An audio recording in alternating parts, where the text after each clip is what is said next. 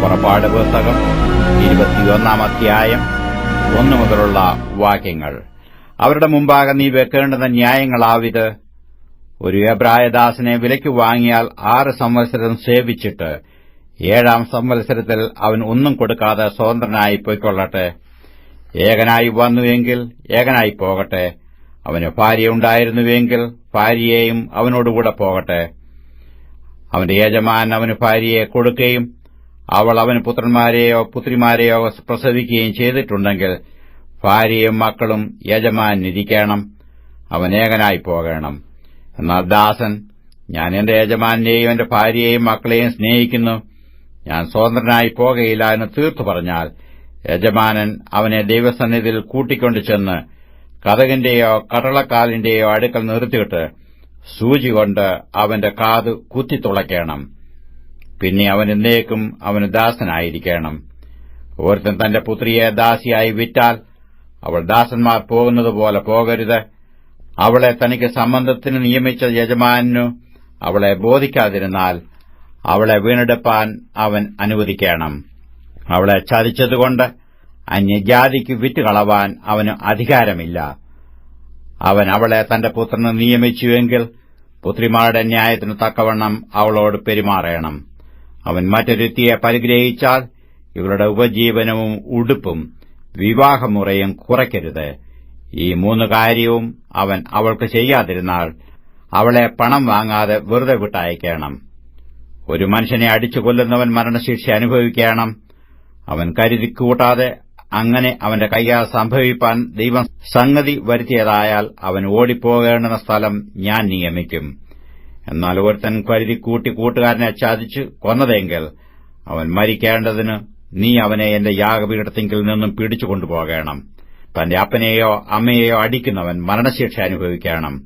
ഒരുത്തൻ ഒരാളെ മോഷ്ടിച്ചിട്ട് അവനെ വിൽക്കുകയാകട്ടെ അവന്റെ കൈവശം അവനെ കണ്ടുപിടിക്കുകയാകട്ടെ ചെയ്താൽ അവൻ മരണശിക്ഷ അനുഭവിക്കണം. തന്റെ അപ്പനെയോ അമ്മയെയോ ശപിക്കുന്നവൻ മരണശിക്ഷ അനുഭവിക്കണം. മനുഷ്യർ തമ്മിൽ ശണ്ട കൂടിയിട്ട് ഒരുത്തൻ മറ്റവനെ കല്ലുകൊണ്ടോ മുഷ്ടി കൊണ്ടോ കുത്തിയതിനാൽ അവൻ മരിച്ചുപോകാതെ കിടപ്പിലാകുകയും പിന്നെയും എഴുന്നേറ്റ് വടി ഊന്നി വെളിയിൽ നടക്കുകയും ചെയ്താൽ കുത്തിയവനെ ശിക്ഷിക്കരുത്. എങ്കിലും അവൻ അവന്റെ മിനക്കേടിനു വേണ്ടി കൊടുത്ത് അവനെ നല്ലവണ്ണം ചികിത്സിപ്പിക്കണം.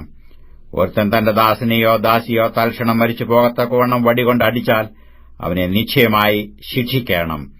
എങ്കിലും അവൻ 1-2 ദിവസം ജീവിച്ചിരുന്നാൽ അവനെ ശിക്ഷിക്കരുത്. അവൻ അവന്റെ മുതലല്ലോ. മനുഷ്യർ തമ്മിൽ ശണ്ട കൂടിയിട്ട് ഗർഭിണിയായ ഒരു സ്ത്രീയെ അടിച്ചതിനാൽ ഗർഭം അലസിയതല്ലാതെ അവൾക്ക് മറ്റൊരു ദോഷവും വന്നില്ലെങ്കിൽ അടിച്ചവൻ ആ സ്ത്രീയുടെ ഭർത്താവ് ചുമത്തുന്ന പിഴ കൊടുക്കണം. ന്യായാധിപന്മാർ വിധിക്കും പോലെ അവൻ കൊടുക്കണം.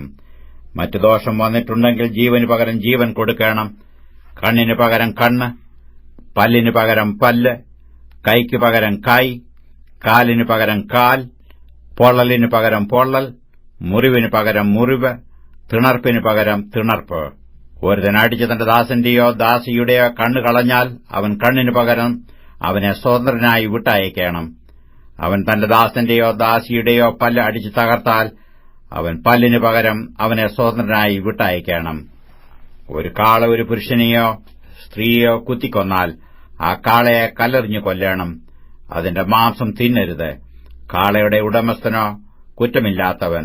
എന്നാൽ ആ കാള മുമ്പേ തന്നെ കുത്തുന്നതായും ഉടമസ്ഥൻ അത് അറിഞ്ഞുമിരിക്കെ അവൻ അതിനെ സൂക്ഷിക്കായകൊണ്ട് അത് ഒരു പുരുഷനെയോ സ്ത്രീയെയോ കൊന്നുകളഞ്ഞാൽ ആ കാളയെ കല്ലെറിഞ്ഞു കൊല്ലണം. അതിന്റെ ഉടമസ്ഥനും മരണശിക്ഷ അനുഭവിക്കണം.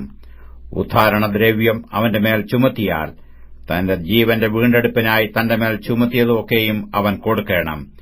അത് ഒരു ബാലനെ കുത്തിയാലും ഒരു ബാലയെ കുത്തിയാലും ഈ ന്യായപ്രകാരം അവനോട് ചെയ്യണം. കാള ഒരു ദാസനെയോ ദാസിയോ കുത്തിയാൽ അവൻ അവരുടെ ഉടമസ്ഥന് 30 ശേക്കൽ വെള്ളി കൊടുക്കണം. കാളയെ കൊന്നുകളയുകയും വേണം. ഒരുത്തനൊരു കുഴി തുറന്നുവെക്കുകയോ കുഴി കുഴിച്ചു അതിനെ മൂടാതിരിക്കുകയോ ചെയ്തിട്ട് അതിലൊരു കാളയോ കഴുതയോ വീണാൽ കുഴിയുടെ ഉടമസ്ഥൻ വില കൊടുത്ത് അതിന്റെ യജമാനന് തൃപ്തി വരുത്തണം. എന്നാൽ ചത്തുപോയതു അവനുള്ളതായിരിക്കണം.